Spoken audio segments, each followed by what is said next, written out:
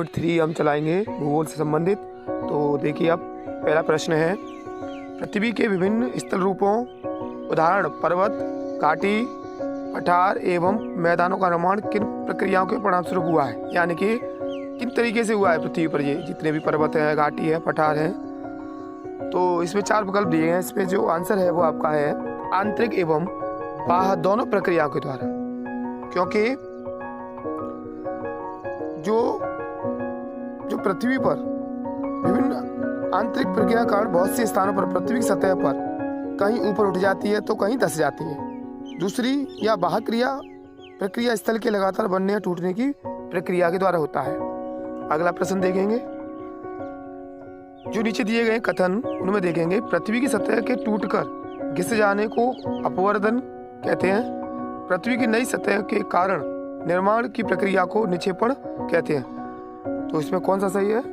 इसमें दोनों ही बातें इनकी सही है, क्योंकि पृथ्वी की सतह के टूटकर घिस जाने को अपवर्तन ही कहते हैं। अपवर्तन की क्रिया के द्वारा सतह नीचे हो जाती है तथा निक्षेपण की प्रक्रिया के द्वारा इनका फिर से निर्माण होता है।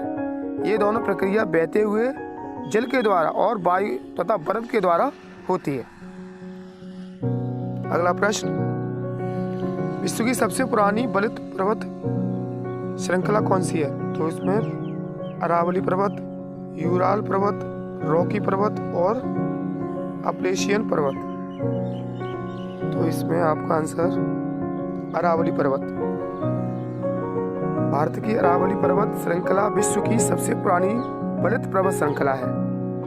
ठीक है, नीचे 2 कथन दिए हुए हैं, जिन पर्वतों पर हमेशा जमी रहने वाली बर्फ की नदियां होती हैं उन्हें हिमानी कहते हैं, या पर्वतों के एक रेखा क्रम में व्यवस्थित होने की श्रृंखला कहा जाता है। तो ये दोनों विकल्प आपके सही हैं, क्योंकि कुछ पर्वतों पर हमेशा जमी रहने वाली बर्फ की नदियां होती हैं, उन्हें हिमानी ही कहा जाता है। कुछ ऐसे भी पर्वत हैं जो समुद्र के भीतर हैं, जिन्हें हम नहीं देख सकते हैं, क्योंकि पर्वत एक रेखा क्रम में भी व्यवस्थित हो सकते हैं, जिसे श्रृंखला कहा जाता है। बहुत से पर्वतीय तंत्र समांतर श्रृंखलाओं के क्रम में होते हैं, जैसे हिमालय है, आल्प्स है, एडीज पर्वत है, ये श्रृंखलाएं होती हैं। अगला प्रश्न, जिन पर्वतों की सतह पर उबड़ खाबड़ तथा शिखर शंक्वाकार होती है, ऐसे पर्वतों को क्या कहा जाता है?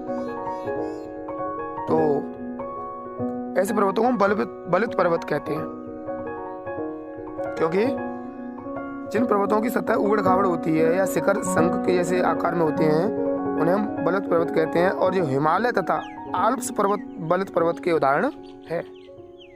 अगला प्रश्न, नीचे दिए गए युग में से कौन से सम्मिलित हैं? जैसे यूराल पर्वत ज्वालामुखी पर्वत है, या वॉसियस पर्वत प्रस्तुत पर्वत है, माउंट किलिमंजारो ज्वाला प्रमुख पर्वत, फ्यूजियामा पर्वत बलित पर्वत। तो इनमें आंसर पहला और दूसरा।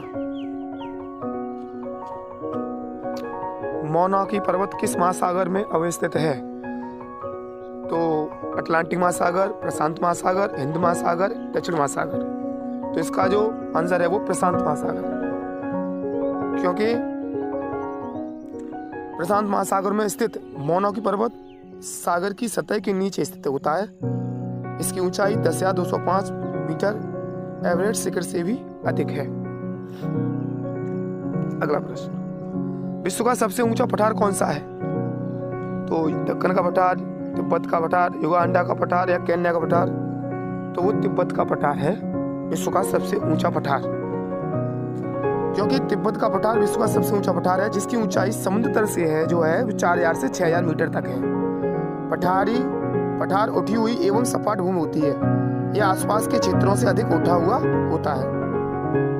पठारों की ऊंचाई ज्यादातर कुछ 100 मीटर से लेकर कई हजार मीटर तक हो सकती है, और नए और पुराने भी पठार हो सकते हैं। नीचे दिए गए जलप्रपातों में पठारी क्षेत्रों के जल प्रपात को पहचानिए। तो इसका जो आंसर है, चारों आपको दिखाई दे रहे होंगे, पहला या तीसरा, पहला दूसरा। तो इसमें पहला और दूसरा सही है।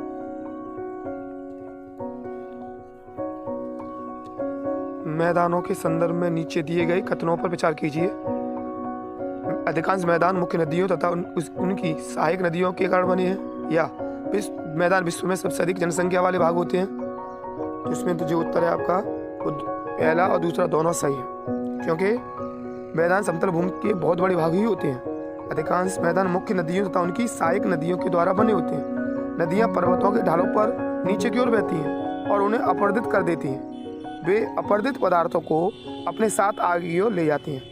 अपने साथ ढोए जाने वाले पदार्थों जैसे बालू को वे घाटियों में निक्षेपित कर देते हैं और इन्हीं निक्षेपों से मैदानों का निर्माण होता है। तो आज ये 10 प्रश्न ही हैं, तो इनको आप अच्छी तरीके से देख लें।